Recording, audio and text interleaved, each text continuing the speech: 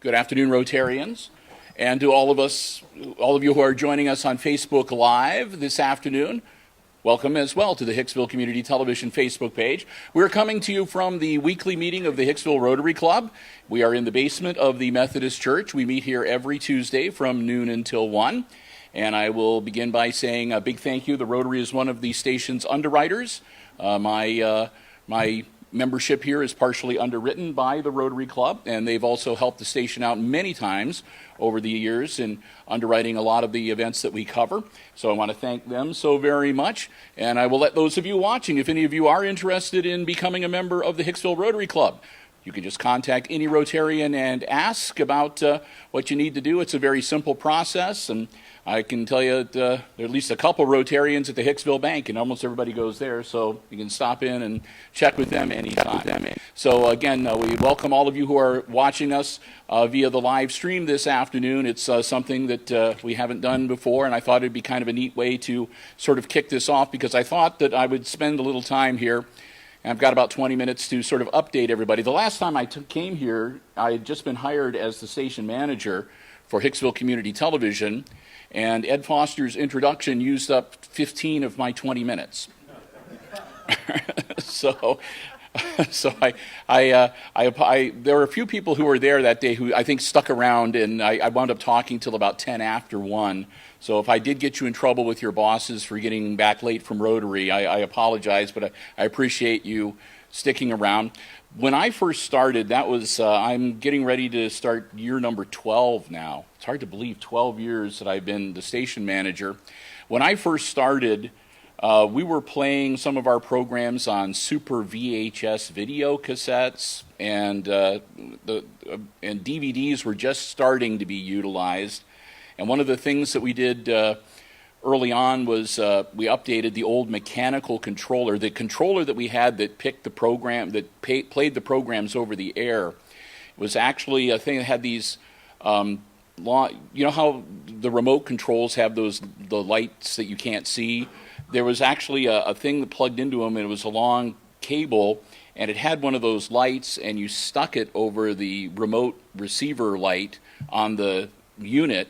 And when it was time, it would send the pulse, and it would actually just like somebody pressed the remote to play start, and then they would press the thing at the end to stop. So we did away with that, and we began the transfer to our digital with our Ultra Nexus unit, and that got us through nearly 10 years before we had to upgrade that, and now we have a now new Ultra Nexus unit, but it's high definition capable. Unfortunately, we don't have a high-definition channel on Mediacom Channel 12 as of yet, but we're getting there slow but sure. So, you know, we did a lot of upgrades for the technology.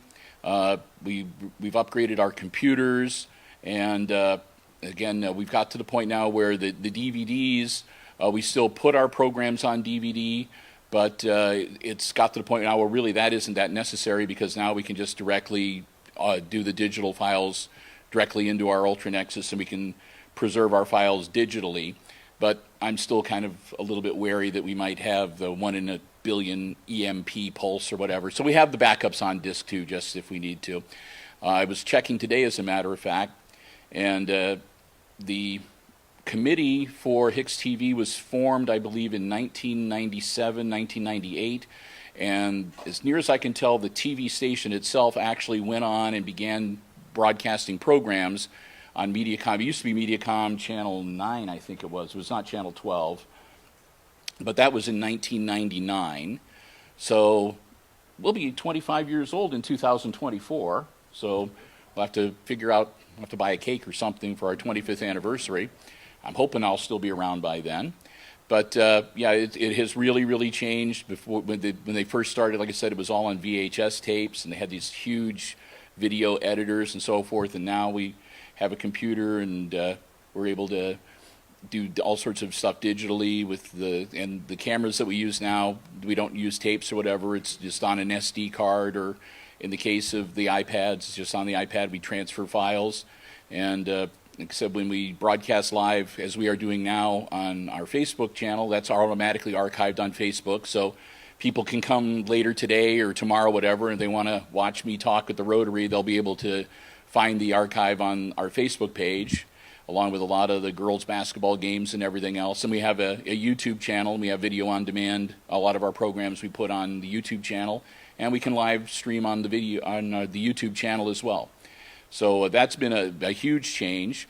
It's one of the few really positive things about COVID. It was an awful thing. A couple years ago, right around St. Patrick's Day, they closed the schools, and we had no school. And then the next year, the kids were able to come back, but there were so many restrictions on crowd sizes and so forth that they were not going to allow there to be a live crowd or live audience for any of the school events. And so playing football in an empty stadium, playing basketball in an empty gym, was going to be a big change, and also, people wanted to see the kids play. So for the first time, the Ohio High School Athletic Association said, you know what, we'll let schools live stream their sports. Since the parents can't be there, that's the only way they can watch. So Hicksville said, great, can you guys do it? And we were like, sure, yeah. And we also got a call that year from the Junior Fair Board at the Defiance County Fair saying, hey, people can't come out for the livestock. We're not going to actually have the fair, but we're going to do the livestock shows.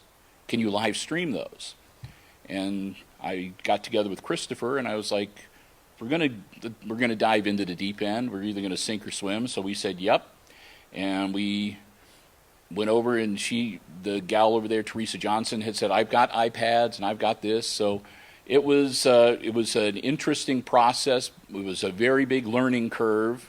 We had to do a lot of things we figured out on the fly, but we went through and we live streamed all of the livestock shows from the fair, which I will never do again for the rest of my life, ever. Since then we have resumed, but there are only certain ones that we do. As I told Teresa Johnson, if they had the concealed carry law that we have now, I'd be in prison because I had shot a couple of horse people at their horse show. Oh. Anyhow, but it was a really great learning experience, and based on that, we were able then to put together a proposal for the HIX-TV board, and we were able to purchase our own equipment. So we purchased our own iPad Pro and an iPad Mini, and we have a piece of equipment that's called a Rotary that we use to be able to plug in the microphones for the so that improves the quality of the audio immensely when we do the live streams instead of the onboard microphones. We purchased a little Wi-Fi mobile hotspot that we can take with us. So basically there are a few places we've run into issues. Some buildings are not very well designed for having a mobile hotspot inside because you can't get a good cell signal. But for the most part, it's allowed us to be able to go anywhere. And we have live streamed now from the athletic field, the football stadium. We've done live streams from both the main and the auxiliary gyms, from the commons. We've live streamed from our studio in the school, from the Learning Media Center. Beyond that, we've done live streams from the Johnson Memorial Library. We've done live streams from the Two Bandits, live streams from out front of the Hicksville Pharmacy. So basically anywhere we can go that we can get a good signal, we can do a live stream. We're planning on going live from the Easter egg hunt coming up here shortly. We plan on doing some live stuff from the next day in the park. So again, it's opened up an awful lot of potential. The underwriting card that we had originally was revamped because now I said we have a lot more viewership that we can offer people in exchange for their underwriting support.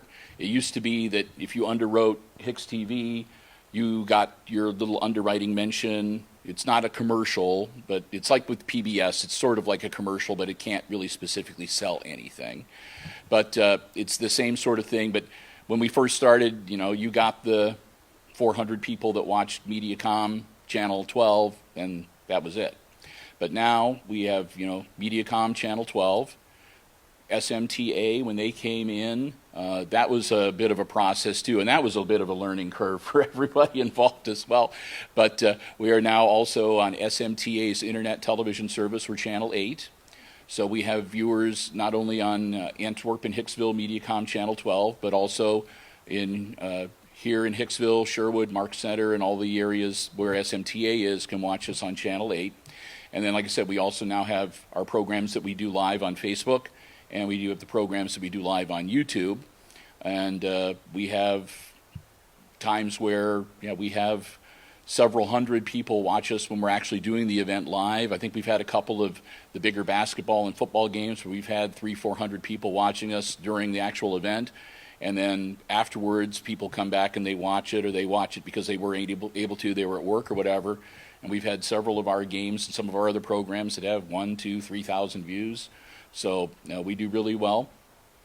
We've grown our Facebook page now. We have over 1,000 followers on our Facebook page, and we're closing in. We want to try to get to 1,000 on YouTube. YouTube has a restriction. If you have less than 1,000 subscribers on your YouTube channel, you have to use a third-party application to be able to live stream on YouTube. You can't live stream directly on YouTube until you have at least 1,000 subscribers. And I think right now we're starting to close in on, we're between 750 and 800, I think. So we're getting there slow but sure. But we do use a third-party application for that. And so far it's worked very well. On the horizon, I just got a delivery of a new piece of equipment yesterday that we're going to try out this afternoon that will allow us, in addition to the iPads that we use for live streaming now, will allow us, if it works the way it's supposed to use our 4K cameras, our high-definition 4K cameras that we used to use for which would improve the quality of our picture. And it does it, right now we live stream at a 30 frame per second rate, and this would allow us to stream at a 60 frame per second rate. So it should improve the overall quality of our live streaming. So we're going to keep our fingers crossed when we fire that up this afternoon that it will work the way it is supposed to. So that will, again, we'll go from right now we have the 2 iPads, and then we'll be able to add 2 4K cameras, and then we'll start being able to look at possibly being able to set things up so we can do a multi-camera setup. A lot of people, when we do the basketball games, say, isn't there some way you can have like one camera that just stays on the scoreboard the whole time down in the corner? And then, so you guys don't have to keep talking about the score, and we don't have these little messages popping up. We get messages when we live stream. People interact with us sometimes, and they'll say the score, say the score. Who got that last basket? So we can cut down on that a little bit. So like I said, we are continuing to improve, and we continue to look at ways to be able to deliver a little better product. We are, like I said, we are somewhat limited. I can't stress enough how important the underwriting support we get from the community is. We don't receive any taxpayer money. We're a department of the Village of Hicksville. I'm only a part-time employee, but I am considered to be a department head for the village government. And we do not receive, however, any taxpayer money. Our funding is solely from the franchise fees that we receive from Mediacom and from SMTA, and from whatever underwriting support we can generate, or if there are any donations made. So, and I said I'm only a part-time employee, and I get commission on the underwriting that we receive too. I never hide that. So it's a help to me because it supplements my income, and again, it's a help for the station because again, we are very limited in our resources, so we have to be very careful with when we buy something, especially if it's something expensive. Mike can tell you we do a lot of research and price comparison, because if we're going to spend $30,000 on a controller unit, we want to make sure we get one that's going to last us for 10 years if possible. And if we're going to buy a computer, we want a computer that's going to last us for 10 or 15 years and so forth. And I think we've really done a very good job. Ever since I have been here, we spend less than we bring in, so we've always had carryover for the last 11 years. And hopefully that is a trend that will continue. But we are going to be facing some challenges. One of our biggest sources of income is a rental fee that Mediacom is paying for some equipment they had on the old water tower. That was $7,500 a year. And within a year or so, of course, that tower is coming down, and Mediacom is not indicated anything to the village about putting that equipment elsewhere on village property. So we're going to be losing $7,500 in revenue at that point. So we have really been working on putting together attractive packages for local support. And I just say that, so if any of you have somebody knocking on your business door from HIX-TV, whether it's myself or one of the board members with a rate card, I'd appreciate it if you'd at least take the time and take a look at it. And if you were willing to support us, we would appreciate that tremendously. And I think I'm just about done, so I've got about 5 minutes. So if there are any questions, I'll be happy to answer any questions any of you might have. Barry. When you live stream, does that automatically make the error? So if somebody does something inappropriate, is there some way that you could? Nope. The fortunate thing with that is that Facebook and YouTube, where we're live streaming, is not FCC controlled. So this is not like if you're doing a live show on CBS. Yeah, if you're doing a live show on CBS and somebody does something, then people can, but it's on YouTube and it's on Facebook. So like I said, it's not as egregious a thing. They tell you in advance what to try to avoid, but they are fairly understanding, but they can come and they say, you know, once it's done, you can edit them, and you can either make it, you know, depending on what it is and how bad it is, you can either just make that video private so nobody can see it, or you can delete it, or you can edit it and you can remove the offensive part. But aside from that, no, if somebody, and it has happened, we've had youngsters get in trouble at school, as a matter of fact, because they've done or said something in front of the camera at a basketball game and not realizing that the principal of the school can watch the live feed and see who it is and call them into the, but yeah, so no, there is no 7-second safety net for live streaming online. Yes, sir. My question is, Bill, is you guys have a presence there in school. Is there a class associated with this at the school or anything? They do have a media class that does a weekly newscast, and as a matter of fact, they share that with us, and we put it on the air every week. And unfortunately, we don't get as many volunteers from that as I would hope, and it's simply because anymore, I mean, if any of you are parents of kids in middle school or high school, you know, or if you have grandparents, there is so much stuff going on, and the kids are so busy, and there's so many things that they could do. A lot of kids, they have a hard time being able, I want to do this, but I want to do this, I want to do this, and it's terrible, but sometimes they have to pick and choose. And like I said, we get a few people that are interested in helping us out, but a lot of kids kind of go their own route, and they just make up their own channel and do their own thing that way too. So again, yeah, it's a constant challenge to try to find kids, students that want to be volunteers and learn some stuff, and it can be a challenge to find adult volunteers right now. Right now we have 2 and hopefully soon 3 adult volunteers, and Christopher is the lone gunman for the student volunteers right now, and we're going to try to get a couple more interested before the end of the school year and be ready to go, because he's betraying me and going to Fort County next year, so he won't be around to take care of all the stuff that happens during the school day like he is right now. He does live streams whenever the school does an assembly during the school day or whatever. He'll go down and he'll put that on live for HIX-TV, so parents aren't allowed to come in to watch the schoolhouse assemblies or so forth, but that way they can still sort of participate by watching it happen live. Kind of a cool thing. Our main office is a small room that's right off the Learning Media Center, the school library, and the school building. We used to have space down at the old park building, the one that got tore down for the $100,000 bathrooms over there by the, the old Waterworks building. So we used to be there, but it got so that we were never really there, and we never really used it. So when the village wanted to demolish that, we went over and we scrounged a bunch of stuff, and we brought a bunch of stuff back to the school, and some of it we put into temporary storage at the village office. And I think actually I got a couple boxes of stuff in my basement too, just in case. We went through the process. We had like huge, we must have had 800 or 900 videotapes of old programs that we actually hired a contractor to convert all those to DVDs. So we had these 2 big storage cabinets, and we took that down to, I think it's 4 little cases of DVDs now. So we are at the school, and it works out very well. Like I said, we have our rack equipment there and all of our editing equipment and so forth. We have a little tiny studio. I don't know, I've heard rumors the school is bouncing around ideas of putting in a larger studio that we would be able to share with them, but I don't know whether that's the case or not. And there's also been talk about maybe eventually having a new city building for Hicksville, and if that were the case, then we might be able to explore the possibility of having a larger studio room as part of that complex. But again, those two things are completely speculative, and it's just what I've heard through the grapevine. And so, yes. I just want to give Bill a lot of credit when the COVID hit, and he had to figure out the technology like that.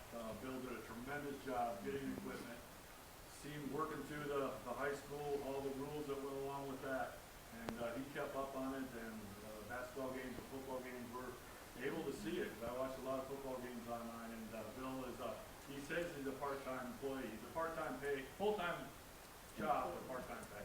Thank you, Bill. Well, thank you. I appreciate that, Steve. Yes? I'm a guest, so I don't know if I know. No. No. I don't have a question, but I just want to say my grandmother's 87 and is at Manchester in Antwerp. Mm-hmm. I think there's a lot of OCTO and engineering in this town that have given their heart and soul to the community, and then they're, because of health reasons or dementia getting older, they feel like they're separated.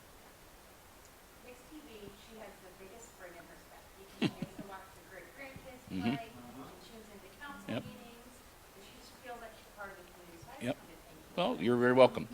And that brings up a good point. Another thing I did want to kind of mention is that a lot of schools with their live streaming have now begun to put them behind paywalls. If you wanted to watch the Antwerp Archers play on Saturday, it cost you $9.99. I don't want to do that. For the longest time, the reason why we weren't allowed to live stream was there was a mindset that if people can stay at home and watch the games, they won't come out and go help support the schools by being there in the stands. We proved them wrong, because people in this community who they go out and see the Aces. You know, they're going to go see if they can go see the Aces and go to the football and they're going to go. You know, and yeah, every now and then, if you have a night where, you got freezing rain and there's only a couple of idiots that are going to drive out in that to go to the basketball game, I don't have any problem whatsoever with people being safe, staying at home, being able to watch and enjoy the game. And aside from that, like I said, I haven't noticed since they reopened the gymnasiums, I don't think that there's been any real appreciable decline in viewers or in people that are there to watch the games in person.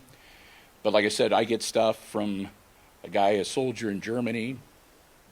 You know, first time I've ever seen my little brother play football. Thanks so much. And people we live in Mesa, Arizona. We don't have any kids or grandkids, but we grew up in Hicksville. It's great being able to see what's going on in the hometown.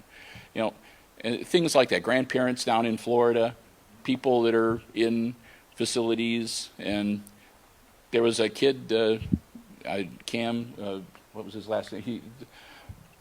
He was a basketball player, and he was of Burmese descent. And Cam Strong. And he had a family member.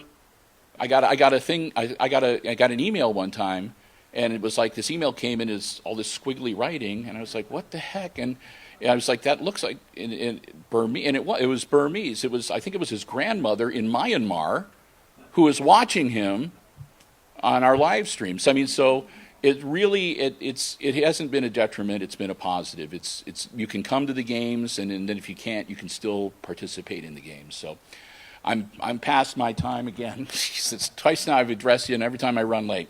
So I just want to say a huge thank you to everybody. Thank you to all of you who support us by subscribing to our YouTube channel and for following us on Facebook.